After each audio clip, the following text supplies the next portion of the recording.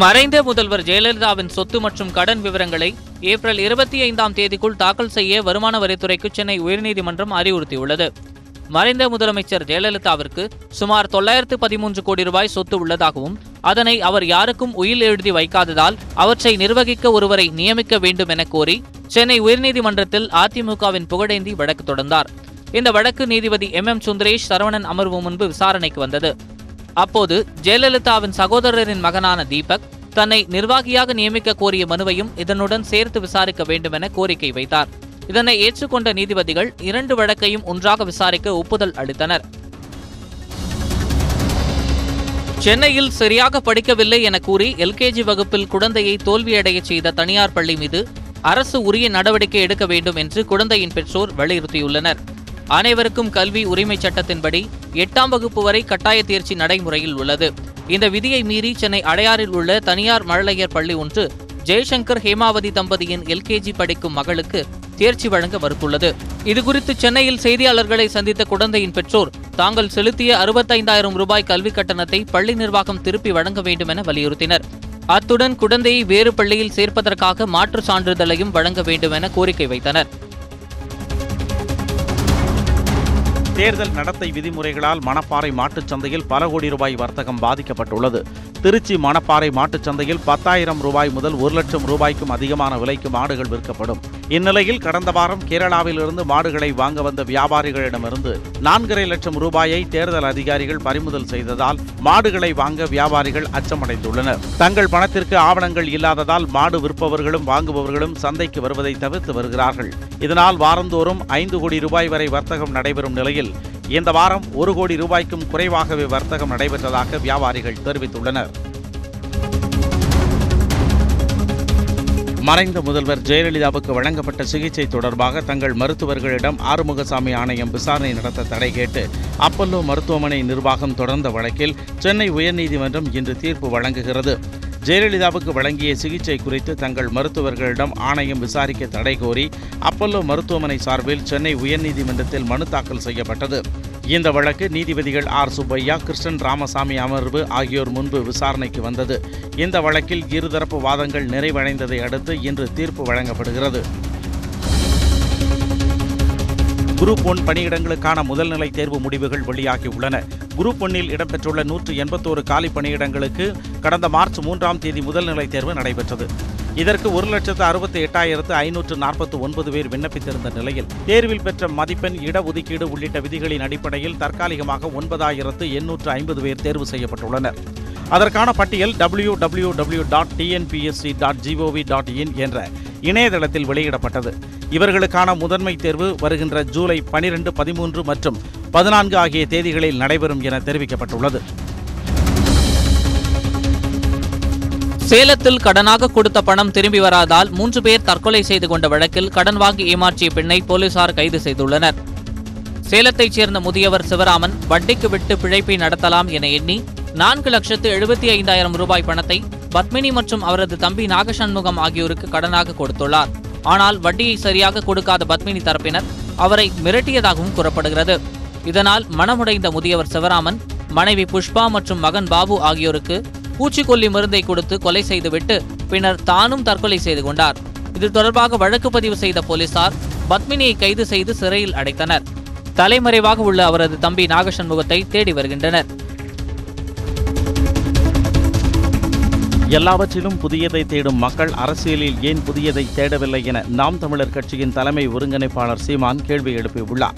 நாம் தமிழர் கட்சியின் திண்டுக்கல் மக்களவை தொகுதி வேட்பாளர் நடிகர் மன்சூர் அலிகான் மற்றும் நிலக்கோட்டை சட்டமன்ற இடைத்தேர்தல் வேட்பாளர் சங்கிலி பாண்டி ஆகியோரை ஆதரித்து பரப்புரை மேற்கொண்ட அவர் தாங்கள் வெற்றி பெற்றால் விவசாயத்தை அரசு தொழிலாக மாற்றுவோம் என்றும் 58 வயது முடிந்த விவசாயிகளுக்கு ஓய்வூதியம் வழங்குவோம் என்றும் கூறினார். கூட்டத்தின் போது வேட்பாளர் மன்சூர் அலிகான் மேடையில் விவசாயியைப் போல சட்டை இல்லாமல் அமர்ந்திருந்தார். 4 ஆண்டுகளாக ஒன்றாக குடும்பம் நடத்தி வந்த கள்ளக்காதலர்கள் விஷமருந்தி தற்கொலை செய்து கொண்ட சம்பவம் கிருஷ்ணகிரி மாவட்டம் ஒசூரில் நடந்துள்ளது. கொலமங்கலம் அருகே உள்ள ஜோதிபுரத்தைச் சேர்ந்த நாகராஜுக்கு திருமணமாகி மாதவி என்கிற மனைவியும் 2 பிள்ளைகளும் உள்ளனர். பண்ணப்பள்ளியைச் சேர்ந்த பிரேமாவிற்கும் திருமணமாகி 2 பிள்ளைகள் உள்ளனர். 3 ஆண்டுகளுக்கு முன்பாக கணவர் இறந்த நிலையில் பிரேமாவிற்கும் நாகராஜுக்கும் கள்ளக்காதல் ஏற்பட்டுள்ளது.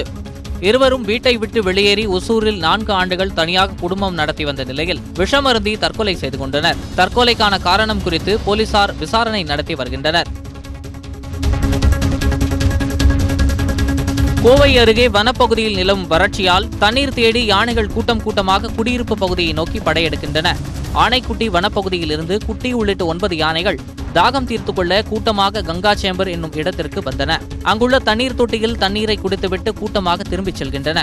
வனப்பகுதியில் உள்ள தண்ணீர் தொட்டிகளில் தண்ணீர் நிரப்பாததே யானைகள் வருவதற்கு காரணம் என கூறிய குடியிருப்பு வாசிகள் தொட்டிகளில் தண்ணீரை நிரப்ப வேண்டுமென கோரிக்கை விடுத்துள்ளனர்.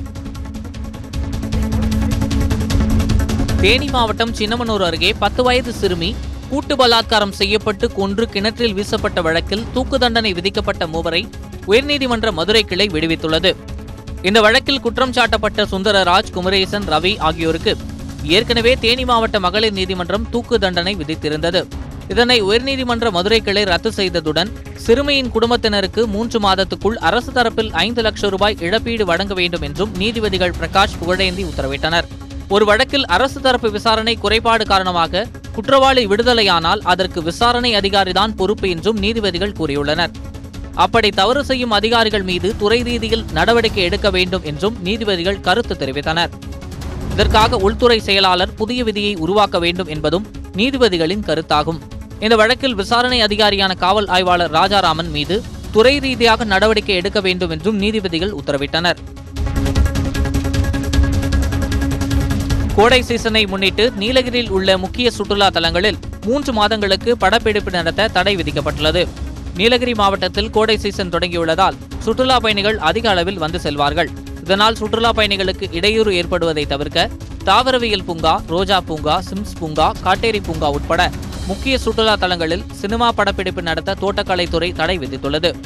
வரும் ஜூன் மாதம் 15ஆம் தேதி வரை தடை அமலில் இருக்கும் என அறிவிக்கப்பட்டுள்ளது. கொடைக்கானலில் உள்ள புகழ்பெற்ற காளியம்மன் கோவிலில் பங்குனி உற்சவ விழாவையொட்டி பக்தர்கள் தீச்சட்டி ஏந்தி அம்மனுக்கு நேர்த்தி கடன் செய்தனர். கொடைக்கானல் டோபிகானல் பகுதியில் புகழ்பெற்ற பெரிய காளியம்மன் கோவில் அமைந்துள்ளது. இந்த கோவிலில் பங்குனி உற்சவ திருவிழா கடந்த 19ஆம் தேதி கொடியேற்றத்துடன் தொடங்கியது. விழாவின் முக்கிய நிகழ்வான தீச்சட்டி எடுக்கும் நிகழ்ச்சி இன்று விமர்சையாக நடைபெற்றது. நகரின் முக்கிய வீதிகள் வழியாக தீச்சட்டி ஏந்தியபடி பக்தர்கள் ஊர்வலமாக சென்று நேர்த்தி கடன் செலுத்தினர். மேற்கு வங்க வளர்ச்சிக்கான பாதையில் வேகத்தடையாக மம்தா பானர்ஜி இருந்து வருவதாக பிரதமர் மோடி குற்றம் சாட்டியுள்ளார். மேற்கு வங்கத்தின் சிலிகுரி நகரில் நடந்த கூட்டத்தில் பேசிய அவர், ராணுவ நடவடிக்கைக்கு திரிணாமுல் காங்கிரசார் உள்ளிட்ட எதிர்க்கட்சியினர் ஆதாரம் கேட்டு முப்படையினரை அவமானப்படுத்துகின்றனர் என தெரிவித்தார்.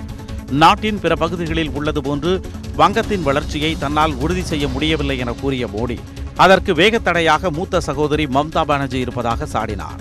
வங்க மக்களின் வளர்ச்சிக்கான பாதையில் உள்ள எந்த ஒரு தடையையும் நீக்க மம்தாவை ஆட்சி அதிகாரத்தில் இருந்து தூக்கி எறிய வேண்டும் என்று மோடி வலியுறுத்தினார். நரேந்திர மோடி ஒரு காலாவதியான பிரதமர் என மேற்கு வங்க முதலமைச்சர் மம்தா பானர்ஜி விமர்சித்துள்ளார். மேற்கு வங்கத்தின் கூச் பெகரில் நடந்த கூட்டத்தில் பேசிய மம்தா பானர்ஜி, விவசாயிகளின் வருவாய் திரிணாமுல் ஆட்சியில் 3 மடங்கு அதிகரித்துள்ளதாக தெரிவித்தார். மோடி ஆட்சிக்கு வந்த பிறகு 12,000 விவசாயிகள் தற்கொலை செய்து கொண்டிருப்பதாகவும், தொலைக்காட்சி அல்லது பொதுக்கூட்டத்தில் தன்னுடன் நேருக்கு நேர் விவாதத்திற்கு வர மோடி தயாரா என்றும் அவர் கேள்வி எழுப்பினார். பொய்களை மட்டுமே அள்ளி வீசும் மோடி காலாவதியான பிரதமர் என்றும் மம்தா பானர்ஜி குற்றம் சாட்டினார்.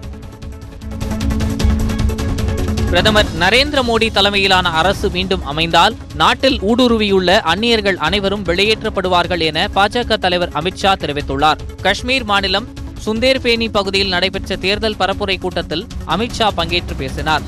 அப்போது ஊடுருவி உள்ளவர்கள் நாட்டை கரையான்கள் போல அரித்துக் கொண்டிருப்பதாக அவர் குற்றம் சாட்டினார். முன்பே பாஜக ஆட்சி அமைந்திருந்தால் இத்தகைய நிலை ஏற்பட்டிருக்காது என்றும் அவர் தெரிவித்தார்.